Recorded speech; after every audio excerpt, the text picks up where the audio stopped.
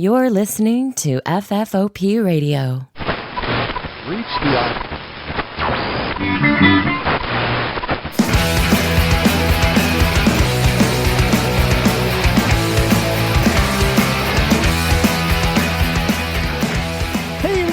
welcome to the show. My name is Dave, and this is Everything Everywhere from FFOPradio.com. You know how it goes. Let me introduce you, as usual, to my co-host. We got Krista over there sitting on the chair. Hi. That is in studio. Of course, we have at home, and now we have to cover abroad. Coming in via satellite. You know him. You love him. It's his umpteen millionth time on the show. PJ is back. What is happening, PJ? Nada. I've been enjoying flying under the radar lately. Okay, so we have to discuss it. First of all, for full disclosure, this is attempt number 2, because I feel like everything is going to be thrown off if we don't address that right away. So yeah. This is attempt number 2. So I've got a little behind the scenes knowledge. What is up with this new chill attitude I'm hearing from you? No, I'm just, it's like, for the past few days, I've kind of just not been paying attention to anything going on. So I've been just like existing in my bubble of an apartment, and that's all that I know. So like I was getting messages and stuff. No idea. Just totally like left. Once I took the vacation, I was like, I'm just not going to pay attention to a lot of things. Yeah. So that's kind of like, that's what people should do on a retreat, but don't. Like you're doing what people like when people go away, they say, oh, I'm going to go on sabbatical, or I'm going to go up to like a cabin in the woods, or there's like a Buddhist temple out here that I'd love to go to. Yeah. I imagine you could, well, I don't imagine, I know you can do the exact same thing right here. You just have to do everything that you would do out there, except just skip the drive. Right. Yeah. Like just, you interact with your phone a little less every day, and before you know it, you can have a whole vacation from it. Yeah. That's pretty much what's been going on. Well, so I hope you've kept up with at least a few things, because this all happened so fast. I feel like now we have to talk about its corpse, but the live action Cowboy Bebop. Ah, yes. So that thing. Yeah. So did you watch it? I've seen everything except for the last episode. Okay. And there's a reason for that. Because you hated it? No. So I didn't hate it. I also didn't like it. Okay. I'd say it's like right down the middle. I think it's fine for what it is, but I don't think it's good in any stretch of the word. Okay. So I get what you're saying, because a 5 sucks, but like a 9 or a 1 or a 2 are great. So what is it about it that is it just bland and sort of homogenous? I think I think the girl who plays Faye did a great job. She probably did the best out of all of them. I think there's always going to be some things that don't translate well from anime onto an actual live action show. So are we talking like, now I'm just like to pin it down, are we talking about like characterization or like action? So some of the action just wasn't necessarily good at all. It was very slow. Like the action felt really, really slow. Yeah, you cannot fuck up an action scene if you're going to take it from like an anime as its root source, you know? Yeah, but I also just feel like we see stuff nowadays that has really good action choreography, like John Wick and whatnot. So we know that things like that can be done. Right. But everything just seemed like so overly choreographed but it was so slow so that they would hit the points when they needed to. So like there are some like really cringe scenes with the action that are just like, ooh. Really? It was that bad? It's just slow. It's just so slow when they fight, and I'm like, it just looks really slow. So like, I'm not familiar with Cowboy Bebop, full disclosure. I know a little bit about it. But like, so when we're talking action, are we like gun battles? Are we talking melee? What's going on? So the Cowboy Bebop is basically space cowboys. That's literally what they are. They're bounty hunters, but they essentially, you have the one main character who's an ex-cop and the other main character who is an ex-hitman for the syndicate. Is this like the original Firefly? I guess but I mean, like, Right? Because Firefly was a Western in space. it's just these two guys who happened to partner up after the guy left the syndicate and the guy got kicked out of the police force and ended up in jail for 5 years and ended up becoming a bounty hunter. And then the woman joins them after a bit, and she's somebody who's awoken from cryosleep and doesn't remember her past. Amnesia is kind of a stale gimmick. But like, so with hers though, she never figures anything out about her past. Oh, literally nothing?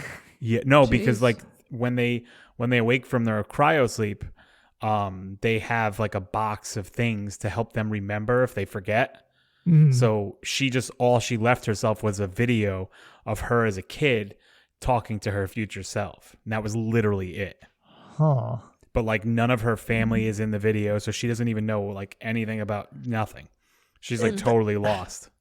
Amnesia is a weird concept in pop culture. So like I feel like it's akin to, although probably not as bad as, quicksand.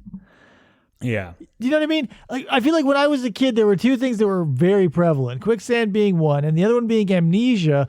And most of the time, usually it was from a bump on the head, like from a large falling rock or something. Yeah. So here's my question about amnesia. So, whatever. Let's say it's the classic blow to the head, right? You get the cartoon hammer, bam. And now you're amnesiatic. So how does the hit on the head know to wipe your memory of like everything before today, sans language and like interacting with culture and like literally everything else you need to know how to survive in modern times? That all is preserved in a crystalline form. The only thing that goes is like the memory of who you were personally.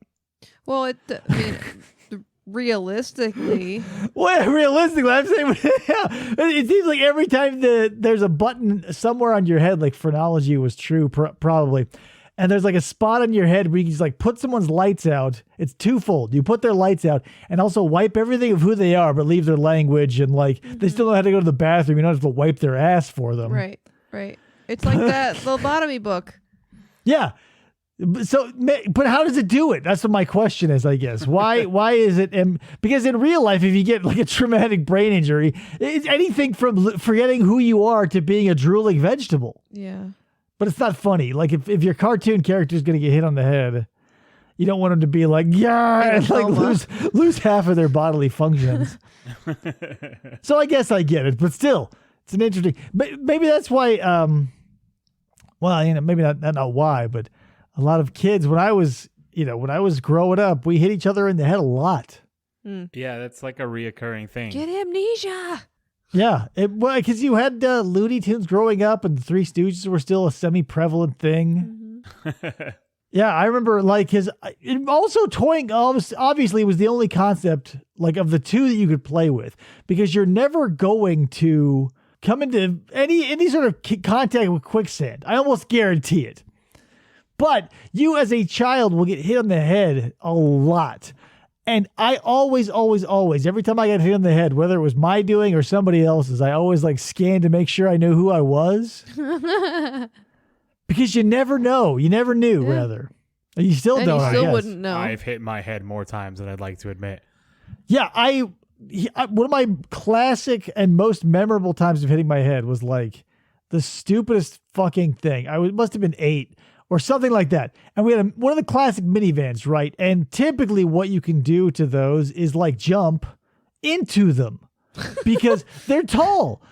But at my grandmother's house, her like, I don't know why, but the sidewalk to street like rise was somewhere between 16 and 22 inches. So, as we're all going, oh, bye, everybody. I turned to do the jump and I hit the frame of the door like dead nuts in the middle of the top of my skull. And wow, that rung my bell. And I thought, after all was said and done and the pain had sort of ebbed, I thought if I could go through that and remember who I was, amnesia was bullshit. I knew right then and there. It was all just a hoax. Didn't hit the sweet spot. Like the frontal lobe or whatever. It's just the side effect of cryosleep, Dave. Well, it's not just. I mean, you can get it any way. Yeah. You can do it chemically. People do it all the time at bars. It's true. I mean, that's the superpower used for evil, obviously. But if you use it for good, I don't imagine there's a good use for complete wiping of your personal history. Yeah. Or maybe you were. Or I'll take that back. Did you ever watch The Outer Limits? No, I have not. Okay. The Twilight Zone probably also did this, but there's a couple of places that play with this concept where like there's criminals, right? And they wipe their minds. And so they're just like productive members of society until like the third act and they remember they're criminals. And they're like, yeah, I'm going to do something evil again. And they're like the moral of the story is like, yeah, once a criminal, always a criminal, even after a lobotomy or whatever. 50s logic. Right. So I guess the long and the short of it is Cowboy Bebop, not good. Meh. I mean, if somebody has seen the original anime, you don't necessarily need to watch it. It sucks that they decided not to do more because it's literally only half done. Yeah. But well, it's Netflix is quick to drop shows that don't perform well early on. They do a couple of things that now are emerging as a pattern. They'll throw a bunch of money into something that they don't expect to get a second anything out of. It is awesome, and they throw a bunch of money at a second one, which invariably sucks because it wasn't a planned thing. Yeah. Or they do a planned thing. The first one is like sticking your dick into an ice bucket, and they go, ugh! And then they cancel the second half, which would probably save the first half. Mm-hmm. So, it's whatever, I guess. I've seen that happen now a bunch of different times. My most tragic and favorite is Altered Carbon. Mm-hmm. Yeah. But so Netflix, if there's one thing that Netflix has done really well, though, it's all their animated stuff.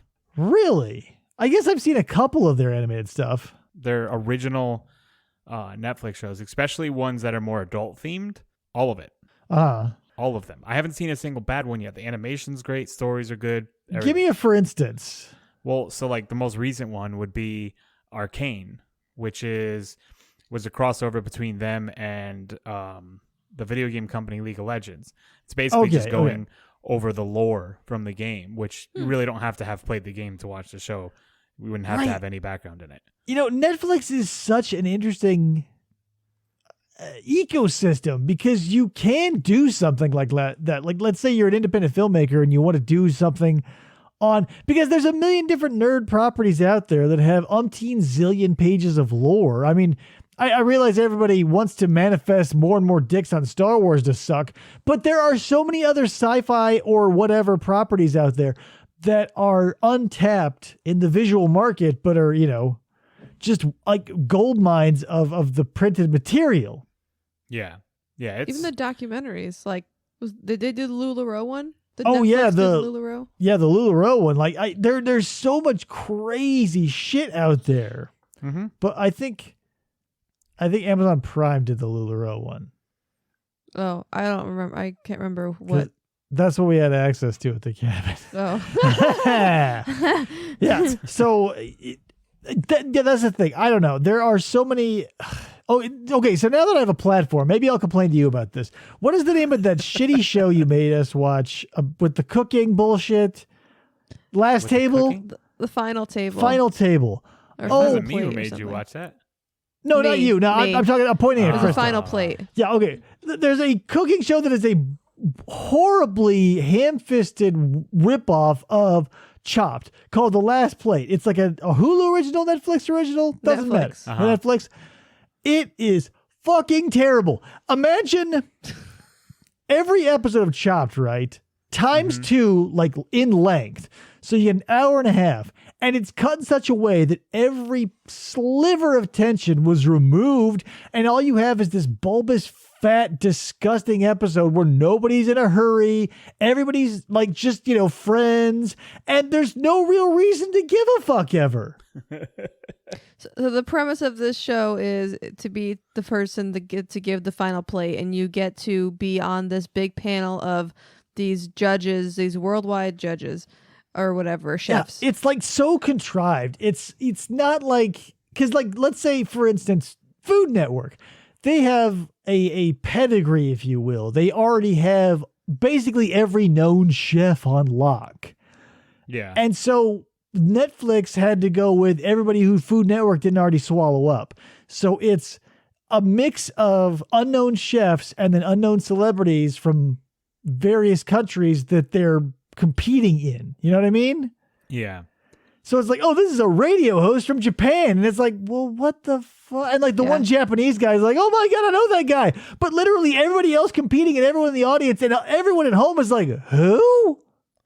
Yeah. The people that judge the first, like there's 2 rounds, which is kind of a weird thing. So it's teams of 12, 2 people on each team. And then once it gets down to the smaller and smaller teams, then they're all individuals. So you could be friends with somebody and then be against them. I liken it to the Major League Baseball season.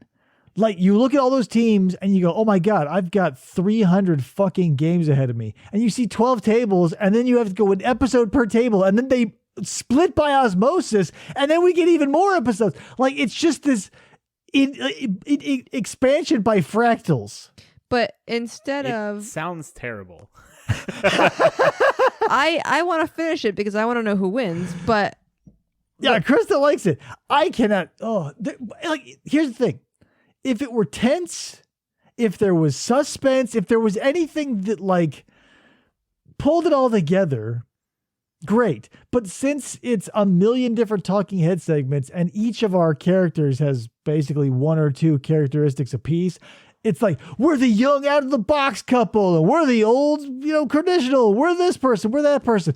And so it's like basically the same sound bites. It's like, when early video games, when they had voice acting, there wasn't a whole lot of room, so they just had to recycle a lot of the same lines. Yeah.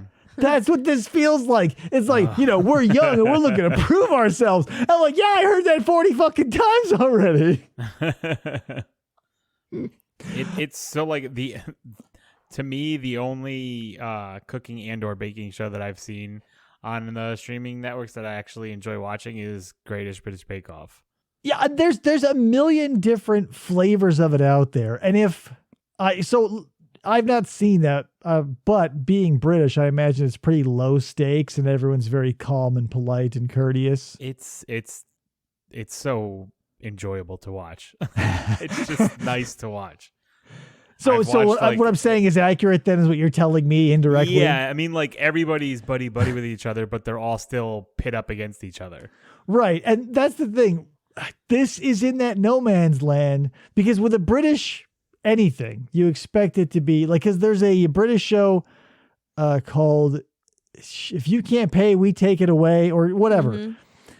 And it's basically like the non-violent version of like Lizard Lick Towing or whatever scumbag, repo men or eviction service show we had here. And that's what you want. If you want something nice and orderly and calm and British, then you have a bunch of different stuff like that. And if you want something hectic and stressful and American, we have that. This is neither. It's like there's no pressure, so that's like kind of the British element.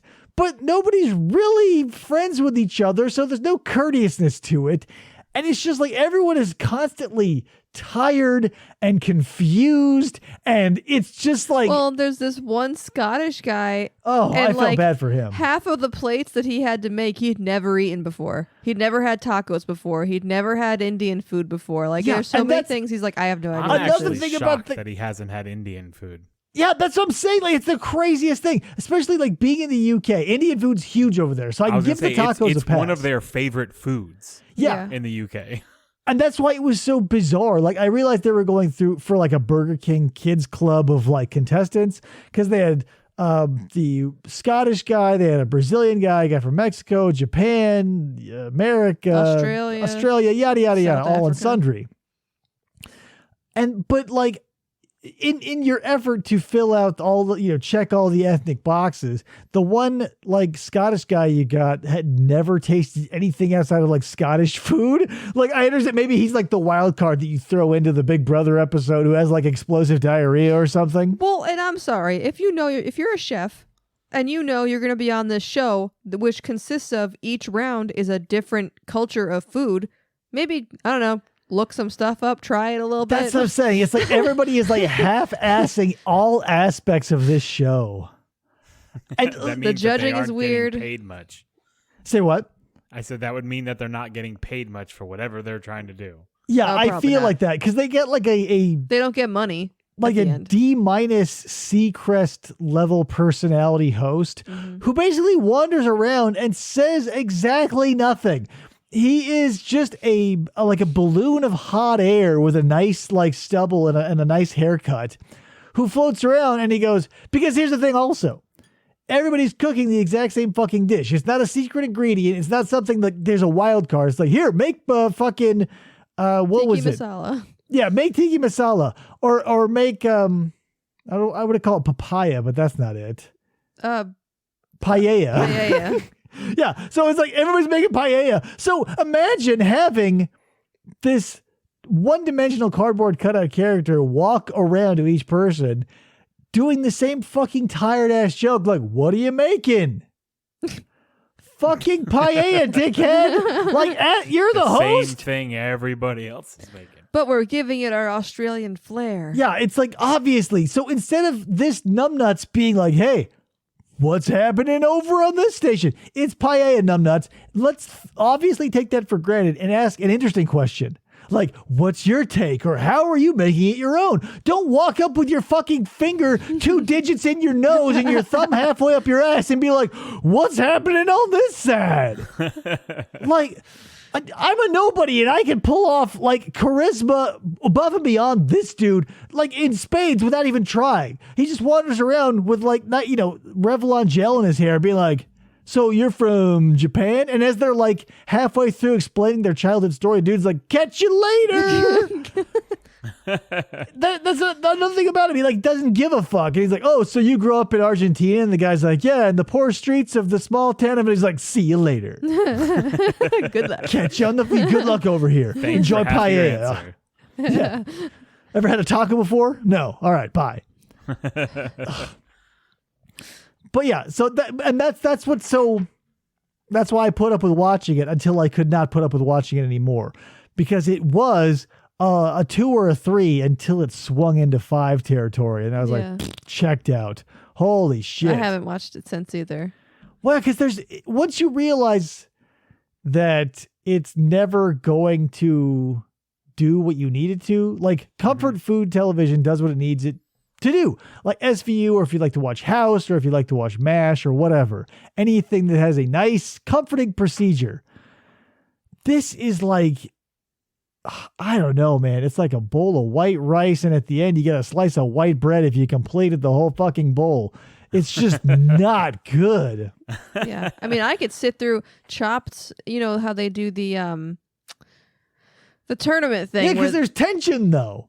Yeah. And like there's people, getting angry at each other, and like you can see sweat pouring off of people's faces. This is shot, cutting each other, yeah, cutting they're cutting, yeah, they're themselves. stabbing each other behind the fridge. Just shanking people. Yeah, a guy come up, stab a dude in the kidney, but with a sharpened toothbrush.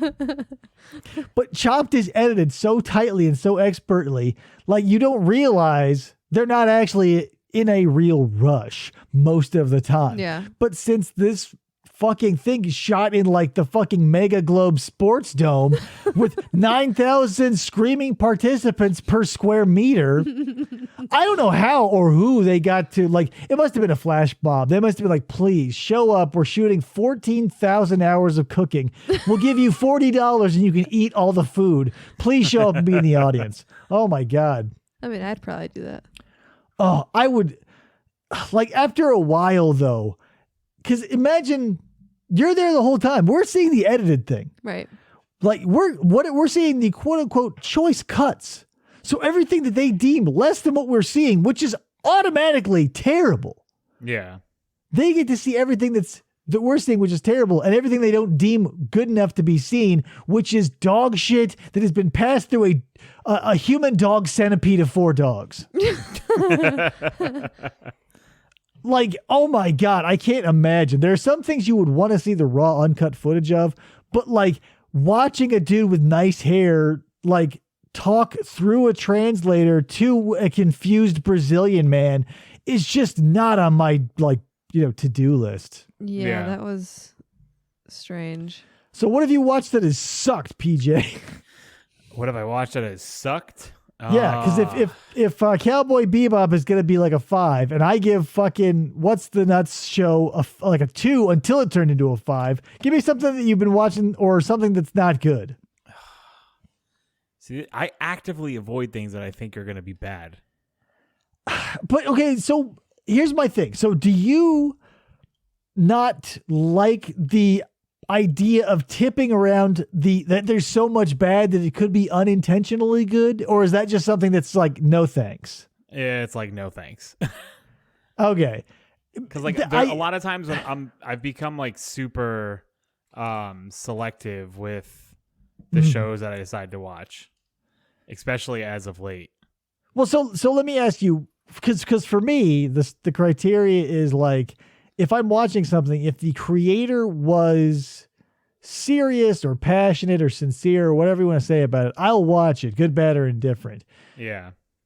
It's the shit that was cranked out by corporate or by money or by filling a niche that I do not like. Yeah. It's I think I've only watched like 3 or 4 shows recently, so. Well, that's more than what I've watched. Yeah, we've been rewatching SVU. Yeah, well, I've also been watching a lot of anime on my commute to work lately, and I've literally been watching the same anime for 3.5 months now. Right.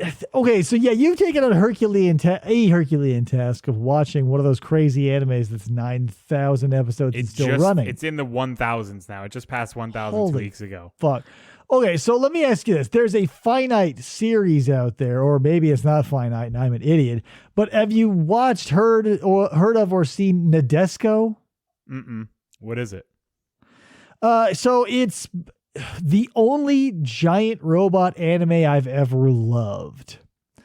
There's a lot of giant robot anime, and I've seen a lot of them, but that one doesn't ring a bell. Yeah, I do not like giant robot animes because that is a pattern that I am not a fan of and I do not like the flavor of. Nadesco, though, I think is a great mix between a sci-fi epic character study and sometimes they have giant robots and they're not afraid to kill characters every now and again. So if like that would be something like, especially for me, because I'm not an anime person, I would love to get your opinion on, because maybe I've got the whole, like, there are very few things I keep from my childhood in regards to anime. Maybe I don't have this still, but I used to have the Trigun box set. I definitely still have my Nadesco box set and some other odds and ends. I'm sure I could find it because I have Crunchyroll, which pretty much has every anime known to man.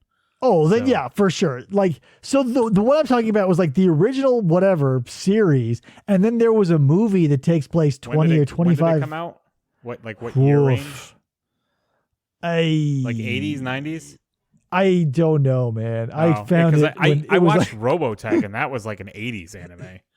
I feel like it's later than that. I came upon it when I was in junior high, so let's say late 90s. Okay. Yeah, so it's probably out around the same time as Trigun and Cowboy Bebop then, I'm assuming. Probably. And here's the thing. So part of it was too that, like, the reason I don't like a lot of those old, and that's the thing, those big robot style animes all are very old. They're from the 60s and 70s, and that was a disconnect for me. So yeah, here we go. The Martian successor, Nadesco, 1996, 1 season. Oh my God. What a travesty. Such a great. How many episodes, either in the 20s or the teens? Let's look. Wikipedia, 26 episodes? Most 1 seasons are usually between 13 and 26. Yeah, this is 26 episodes. Yeah. Martin's successor, Nadesco. And it was obviously, if you're going to watch this, I'm going to give you a spoiler, or not a spoiler, but definitely a warning. Okay. If you watch it, there's going to be definite references to how big a lot of the characters' tits are because they're all enormous. and it's going to be very overt. That was. I mean, it literally in One Piece, every female in the goddamn show is that way. So Yeah, so you have to take that with a grain of salt. And it was probably only like 25% of why I watched it. I used to like Bleach. I used to oh watch yeah, Bleach. Bleach just recently restarted. 'Cause they There are never so many finished of the them. anime for it, so they just in the past month restarted Wow. to complete the anime, and it stopped for like 10 years. So, Well, yeah, here's the it's- thing about all of these ones that go on for infinitum. It's like after a certain point, it's like the Power Rangers. You're just basically aging in and out of a stream of water. Kind of. So like one thing I'll say about especially one that I'm watching now, because taking on the task of watching a show that's as big as One Piece is, but Mm. also is still actively going on now, and it's been going on since the 90s. Ugh.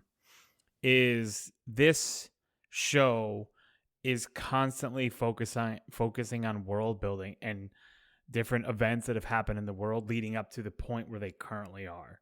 So like I have friends, without spoiling things for me, who tell me like stuff that's going on now is directly related to the stuff that you're currently watching. So they're like, a lot of the events that happened for me now are showing up in dividends at that point in time. Well, yeah, that makes sense because if like especially like Bleach or Naruto or all those other ones, they're based off of a manga, right? Yeah, so like they're all based off a manga, and the rule of thumb with the manga is most of the time if they're the shorter type chapters, it's usually like 3 chapters equals an episode. Mm. With One Piece though, it's different. Somehow that is it's in the 1000s for manga and also 1000s for episodes.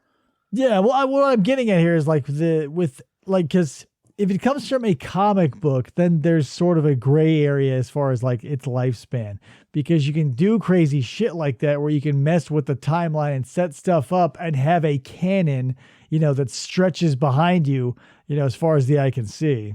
Yeah, so like I think out of all the shows that I've seen, One Piece does the best job with keeping up with the world building, because like Naruto had world building, but like it was like this event, then this event, then this event, then this event, and it didn't have necessarily like huge regards to the rest of the world. Whereas One Piece, the events that are happening consistently are affecting every aspect of the world to like a huge degree, and like it's got a ripple effect. Yeah, there are a lot more shows that do that than I think get credit. Even like American shows, because like look at Futurama.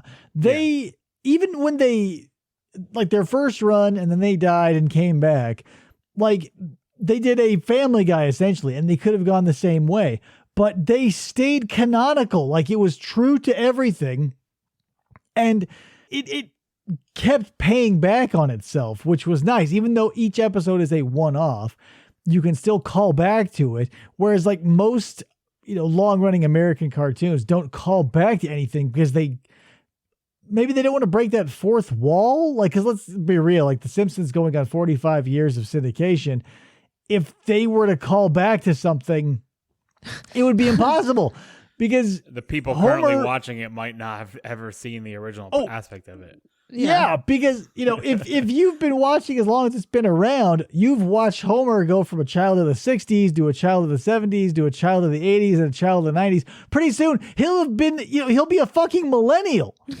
Yeah. So,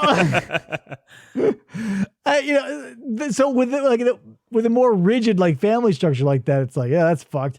But with these zany anime characters, you'd be like, well, whatever. It's just, let's say every day is just another adventure that they go on. Yeah, it's also a lot. It's mainly the shonen anime that do that, though. Because that's what Bleach and Naruto and all them are. Those are anime that are directed towards like late teenagers, essentially. Mm-hmm. And those are the ones that typically follow the ridiculous size animes that are just spanning on for years and years and years. But there are plenty of anime that are like 24 episodes long that are fantastic because they're Yeah, short little contained stories and they're just great. Yeah, Trigun is the same way. Like in the manga, God knows how long it's been going on, or if it is still going on. I don't think Trigun was long. I think it was short, even in the manga. Okay, yeah. Full disclosure, I'm not into Japanese comic books. I was never that guy. But I just assumed it went on forever because I'd seen so many of them. Yeah. But yeah, my love of a finite story will not allow me to watch something for so long. Like for The Simpsons, I fell off at season 8, first episode, season 9. For a lot of these things, like I was in high school when SpongeBob came out, and like from season 3 to season 10, I was hooked in, and I was like, I'm out of here. It's donezo. So it turns into what, again, I'm going to bring up the Power Rangers because it's just, if something becomes popular enough, it's just a revolving door that then kicks you out and replaces you with a carbon copy of yourself from 10 years ago. Yeah. Although I've got to say, I'm surprised that you never saw Cowboy Bebop. I'm honestly surprised because you saw Trigun. Yeah, and Bebop was around the same era. And Bebop to me is like, if there were anime, like I don't think it's not my favorite, but I also think it's one of the best anime ever created. Mm. Well, it's not that it wasn't offered to me, nor was it never forcibly shown to me one episode at a time. But I was just totally checked out for it. I don't know. It just didn't grab me. That's surprising. I feel like that's something that you would actually like too. I should probably look into it now, latter day life. But back in the day, I was when I was hitting in Trigun, I was in that like getting into anime, but I was not ready to go full blown crazy as anime gets. So Trigun was a perfect place for me because it had a lot of crazy metaphysical and or spiritual and or scientific sci-fi bullshit. Vash is kind of crazy for an anime character. Right. But it's set in a familiar setting and the superpowers are revealed slowly instead of like spaces in a familiar setting. I've never been to space. Like I lived in the Southwest and still do to this day. So I get that. Like the familiar sort of Old West vibe, even though it wasn't on an alien planet, totally down for. I get the cowboy culture and all that good shit. But Cowboy Bebop literally has cowboy in the name, Dave. I know, but it was the I don't know, maybe I just thought it was like too cool for the bebop just stands for jazz, literally. I know. Plus that was when I was not into jazz. You don't like jazz? Oh. No, I am now. It's when Cowboy Bebop was out, I was not. Bebop's soundtrack is probably one of the best. It's so good. It's just all jazz music. That's all it is. Yeah, I'm sure it's great because I do love jazz, but I must listen to the Trigun soundtrack a million times because it's a lot like The Good, the Bad, and the Ugly, and anything that reminds me of Ennio Morricone, I'll listen to. Also, fun fact, the director of Cowboy Bebop also directed my absolute top favorite anime. Which one? He directed Samurai Champloo as well. Oh, yeah, I knew that was your favorite. I should have known that. That's the guy who did the soundtrack for that is pretty much the godfather of lo-fi, which is why I love lo-fi so much because that was where I first heard it. So let me ask you this. This is like probably a touchstone for a lot of people too, but have you seen Akira? Of course. That was probably one of the first things I've ever seen. So so I guess let me ask you this. Did you watch the dubbed? And if you did watch the dubbed, which one? Oh, God. So the last time I saw Akira was in my early 20s, and I definitely saw the dub because it was, maybe I was like 18. I definitely saw the dub, though. I didn't watch in Japanese. I don't remember which. Well, there are two dubs, and they are both epic because the first English dub that I saw, the main character, the guy in the red jacket and the fucking sick ass motorcycle, is dubbed by none other than TMNT's Leonardo from the animated series. Oh, really? Yeah. And so I was like, oh, whoa, that's cool. That's Leonardo. So when they updated it and re-released it with a new translation, that same character was transformed and elevated to now the voice of Vash the Stampede.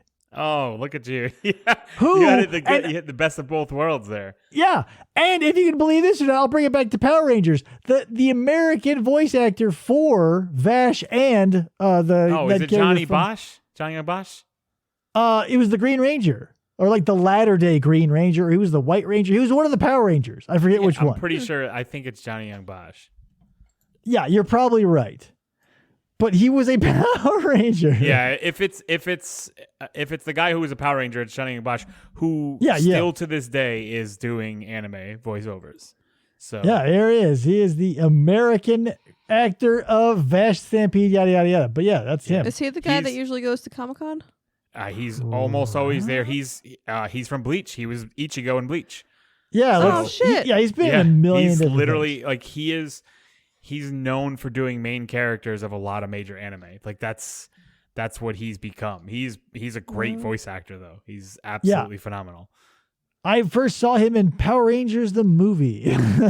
There's like a handful of people like on the guys and girls side who pretty much do the vast majority of dubs. He's one of them. So yeah, he's great. And so I loved both of those versions of Akira because I got to hear one of the Ninja Turtles, and then I got to hear Vash the Stampede. Yeah, I watched it on DVD a long time ago. So like probably the first DVD that had come out, I'm assuming. So it might have been the original voice actor. I'd take a guess. And so probably the Leonardo, because I assume the one that Leonardo, I keep calling Leonardo, I don't know the actor's name, but the one he voiced is probably the one that was released in the 80s on VHS. Probably, yeah. Got re-released the DVD and then they redid it because I think my friend Sean had both of them. It was fucking crazy. I lived in a time where I had VHS cassette tapes and DVDs, and now no one has either of those.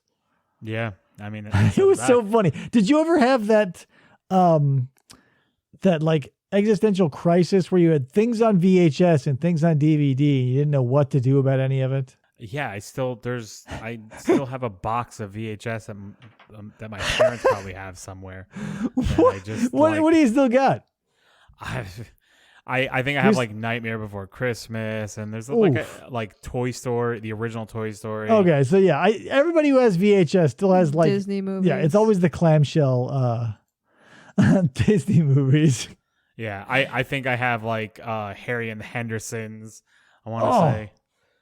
It's a classic. Yeah, Look Who's Talking. I think I was part what? Of that. Yeah. There's a handful of stuff that was in that box. You know what I wouldn't mind doing? I wouldn't mind reviewing Harry and the Hendersons. No one gives a fuck up.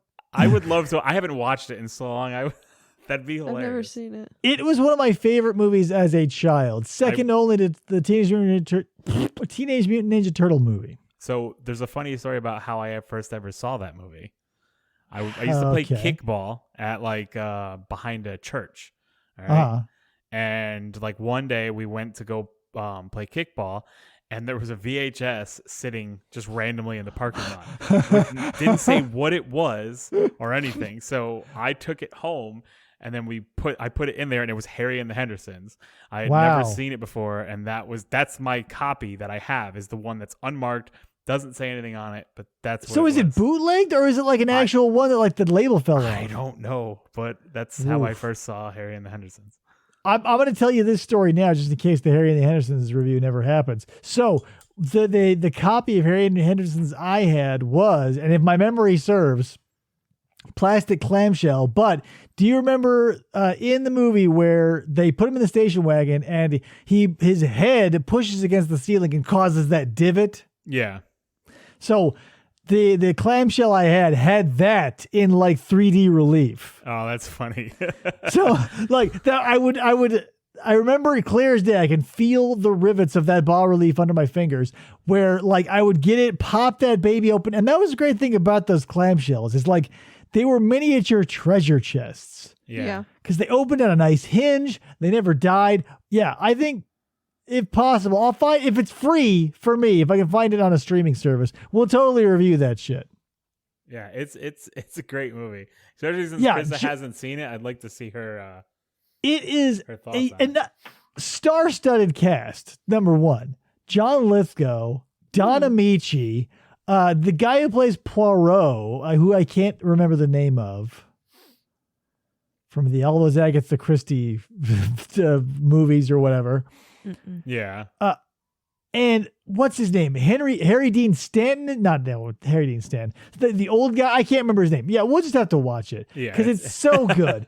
And the fucking comedy, like as an adult now, I cannot. Yeah, we've got to watch it. When Don Amici. So let me just explain this scene because it's fucking awesome. So, John Lithgow has a Bigfoot. And he goes to see Don Amici, who runs a Bigfoot like curio shop, right? So, what's his name? John Lithgow is picking Don Amici's brain about Sasquatches and whether he believes them or not, and like he's trying to grill him for information. And so basically, Don Amici grifts John Lithgow. He's like, "Are you gonna buy some Sasquatch shit or aren't you?" So he leaves with his arms full.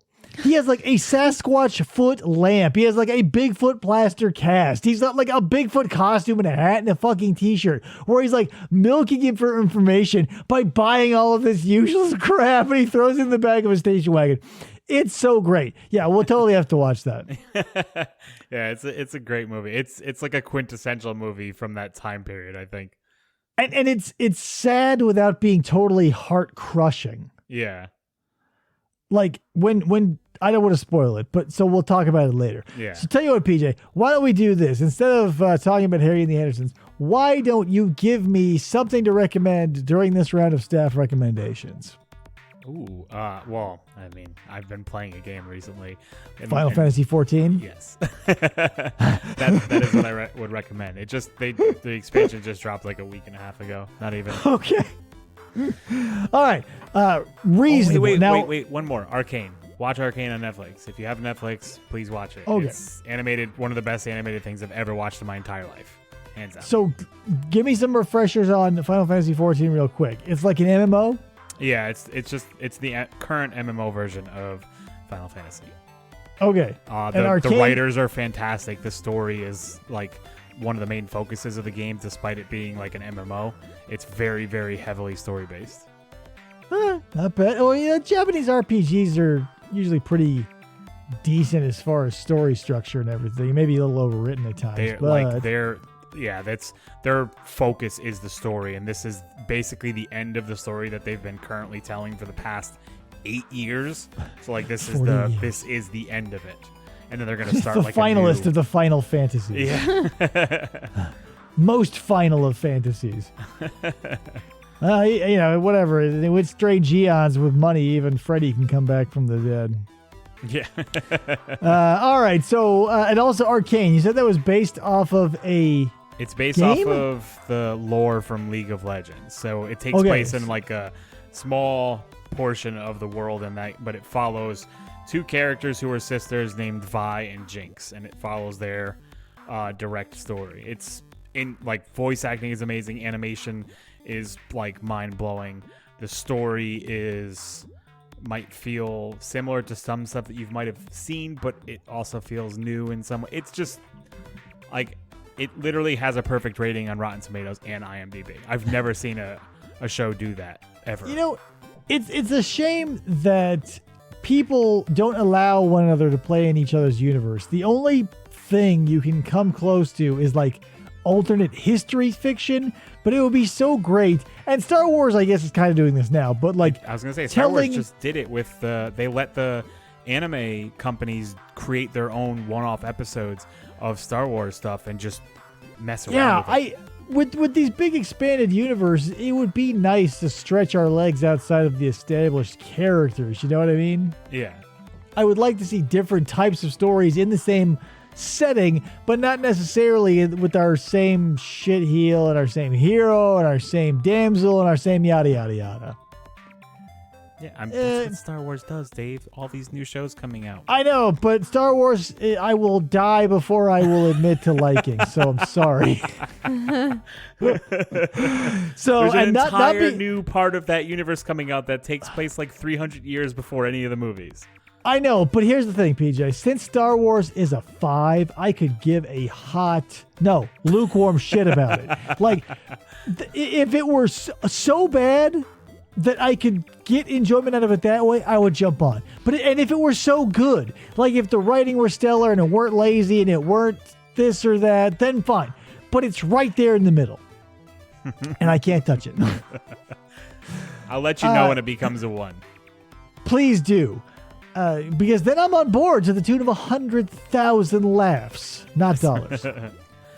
Krista, do you want to recommend anything? Yeah, so I want to recommend a book called My Lobotomy by Howard Dully and Charles Fleming.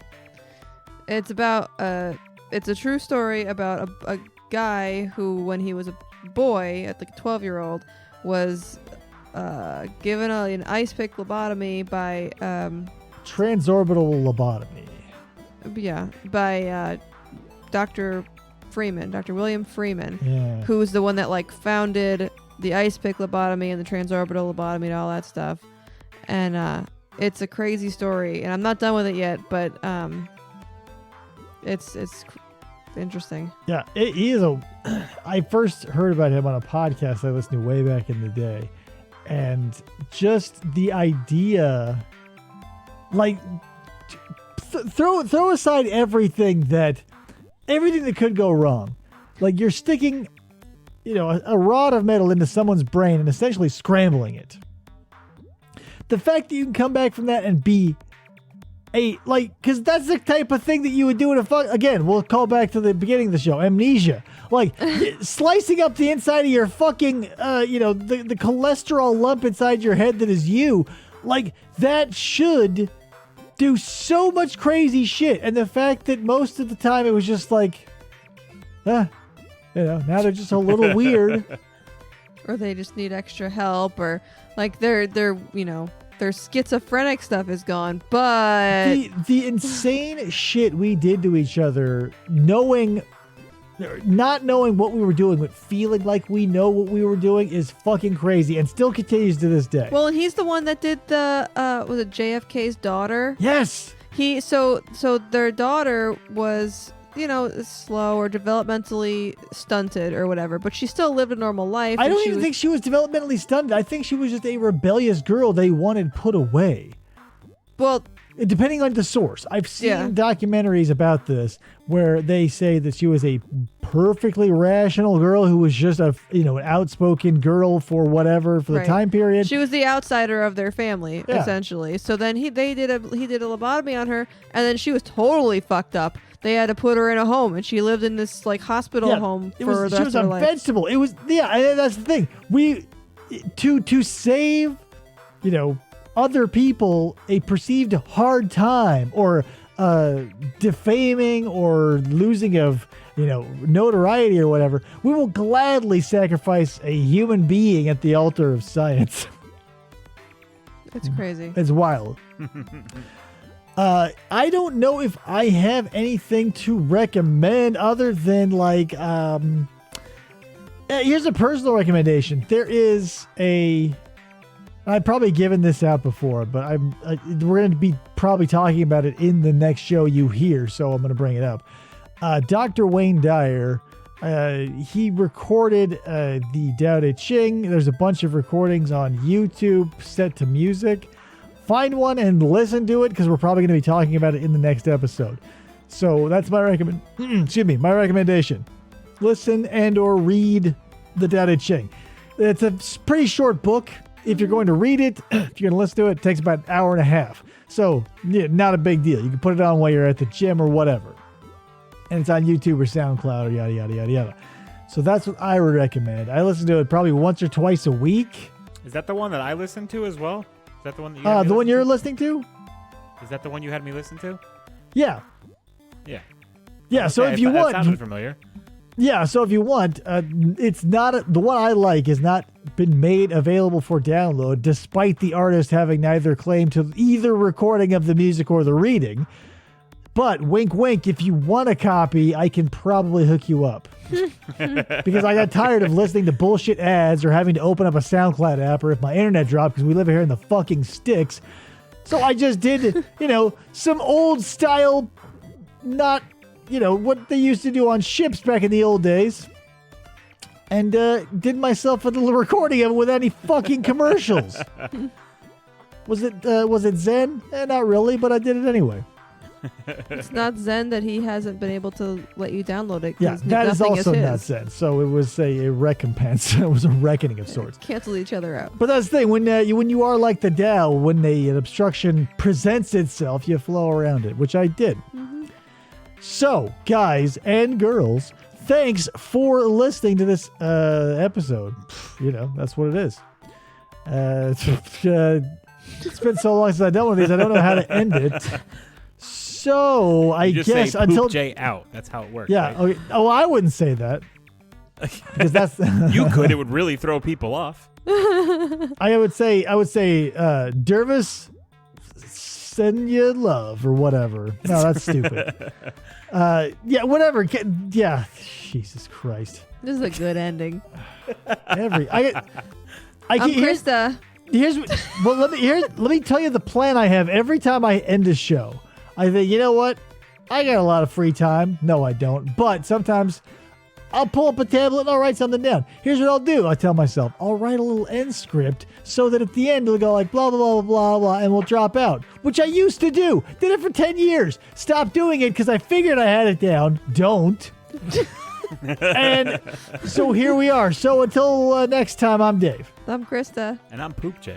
Saying, we'll catch you next time and look forward to another 18-minute outro.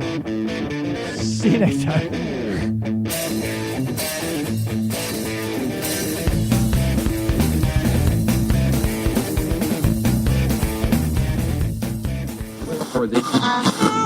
Try to